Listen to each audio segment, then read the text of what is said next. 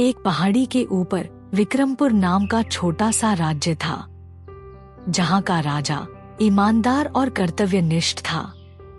उसी राज्य में एक लकड़हारा रहता था, जिसके पास एक पालतू कबूतर था। कबूतर बहुत ही होशियार था। राज्य की जनसंख्या कम होने के कारण लगभग सभी उस कबूतर के हुनर से परिचित थे। लकड़हारे ने अपनी दी हुई शिक्षा की बदौलत कबूतर को राज्य का सर्वश्रेष्ठ संदेशवाहक बना दिया था। कबूतर राज्य के अंदर एक दूसरे के संदेश पहुंचाने का काम किया करता था, जिससे लकड़हारे की थोड़ी आमदनी हो जाती थी। एक दिन राजा को लकड़हारे के कबूतर के कारनामों के बारे में पता चला।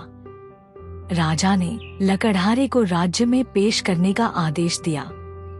राजा का आदेश मिलते ही कुछ ही घंटों में सैनिक लकड़हारे को उसके कबूतर के साथ राज्य में ले आते हैं। सैनिकों के जबरदस्ती लाए जाने पर लकड़हारे को राजा पर नाराजगी होती है, लेकिन वह राजा से कुछ कहने की हिम्मत नहीं जुटा पाता। राजा लकड़हारे से कहते हैं कि मैं तुम्हारे कबूतर को इस राज्य का शाही कबूतर बनाना चाहता हूँ। कहो तुम अपने कबूतर की क्या कीमत लेना चाहते हो? लकड़हारे को राजा का प्रस्ताव उलझन में डाल देता है, क्योंकि यदि वह राजा को अपना कबूतर देने से मना करता तो राजा नाराज हो सकते हैं, और यदि ऐसा हुआ तो लकड़हारे का राज्य में रहना मुश्किल हो जाएगा। लकड़हारा संकोच में राजा को अपना कबूतर देने के लिए मान जाता है, लेकिन वह इसके बदले कोई भी धन राशि लेने से इनकार कर देता है। वह कहता है कि यह कबूतर ही मेरी दुनिया है, और यदि आप इसे ही ले रहे हैं तो मेरे लिए कोई भी चीज मूल्यवान कैसे होगी। राजा ईमानदार और अपनी जनता से प्यार करने वाला था, इसलिए उसे लकड़हारे की बात सुनते ही अपने स्वार्थ का चेहरा नजर आ जाता है। वह दरबार में सबके सामने कहता है, एक राजा का कर्तव्य अपनी जनता का शोषण करना नहीं, बल्कि भरण पोषण करना है। मैं लकड़हारे की मर्जी के बिना उसका कबूतर कैसे ले सकता हूँ? राजा तुरंत अपने सैनिकों को आदेश देता है कि लकड़हारे को बाइज्जत उसके कबूतर के साथ कुछ उपहार देकर विदा किया जाए। लकड़हारा राजा के इस फैसले से खुश हो जाता है और राजा की जय जयकार करने लगता है। राजा ने अपनी जनता के प्रति प्रेम और समर्पण का एक अनोखा उदाहरण प्रस्तुत किया था, जिससे जनता के बीच में राजा के इस फैसले की चर्चाएं होने लगती है। सभी राजा को महान बताने में लगे हुए थे, लेकिन वहीं एक दुश्मन राज्य विक्रमपुर में हमले की तैयारी करने में जुटा हुआ था।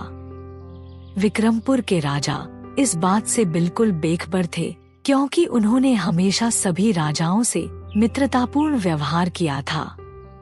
उनकी नीति किसी भी राज्य को नुकसान पहुंचाने की नहीं थी। एक दिन लकड़हारा पहाड़ी से नीचे उतरकर लकड़ी काटने के लिए जंगल पहुंचता है। यहाँ उसकी नजर बहुत से घोड़ों पर पड़ती है। घोड़े पेड़ों में रस्सियों की सहायता से बंधे हुए थे। लकड़हारे को यह नजारा काफी अजीब लगता है, इसलिए वह धीरे धीरे आगे बढ़ता है। तभी उसे कुछ लोग जंगल में आग जलाकर बैठे हुए दिखाई देते हैं। लकड़हारे को इन लोगों पर शक होता है, क्योंकि यह जंगल विक्रमपुर के इलाके में आता था और इन लोगों की वेशभूषा एकदम अलग थी। लकड़हारा उन्हें छुपकर देख ही रहा था कि एक व्यक्ति अचानक लकड़हारे को पीछे से आकर पकड़ लेता है और उसे घसीटते हुए सभी के बीच ले जाकर गिरा देता है। लकड़हारा काफी डर जाता है। वह जोर जोर से चीखने लगता है।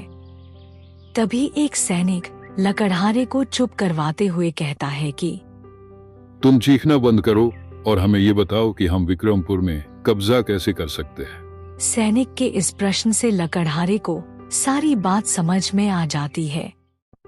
वह अपने राज्य के प्रति वफादार नागरिक था।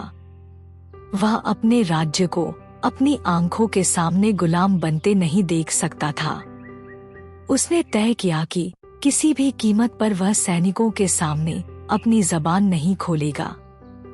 लकड़हारा सैनिकों के सामने ना बोल पाने का अभिनय करने लगता है। सैनिकों को लगता है कि यह व्यक्ति गूंगा है, इसलिए वह उसे एक पेड़ से बांध देते हैं और अपने काम में लग जाते हैं। कुछ देर बाद लकड़हारे का कबूतर उसके कंधे में आकर बैठता है।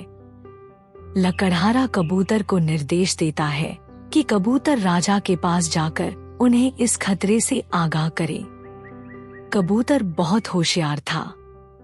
वह तुरंत उड़ते हुए राजा के पास पहुंचता है। राजा दरबार के बीचों बीच बैठे हुए नृत्य का मजा ले रहे थे, लेकिन जैसे ही उनकी नजर कबूतर पर पड़ती है, वह नृत्य रोक देते हैं। कबूतर राजा के हाथों में बैठ जाता है और अगले ही पल दरबार के अंदर उड़ने लगता है। राजा तुरंत अपने मंत्री से इसकी वजह पूछते हैं। राज्य के मंत्री लकड़हारे के कबूतर की बुद्धिमानी से परिचित थे, इसलिए वह कहते हैं कि महाराज, यह कबूतर बेवजह किसी के पास नहीं आता। इसके आने का कोई न कोई कारण जरूर होगा, इसलिए हमें इसका पीछा करना चाहिए। शायद यह हमसे कुछ बताना चाहता है। राजा को अपने मंत्री की बात उचित लगती है। वह अपने सैनिकों के साथ कबूतर का पीछा करने लगते हैं। कबूतर पहाड़ी के नीचे जंगल की ओर जा रहा था।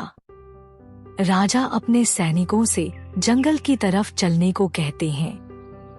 अचानक राजा को दुश्मन राज्य की सेना नजर आ जाती है, जिन्हें देखते ही राजा कबूतर का इशारा समझ जाते हैं। वह तुरंत अपने सैनिकों से पूरी सेना जंगल में उतारने को कहते हैं और कुछ ही घंटों के अंदर दुश्मन राज्य के सैनिकों को गिरफ्तार कर लिया जाता है।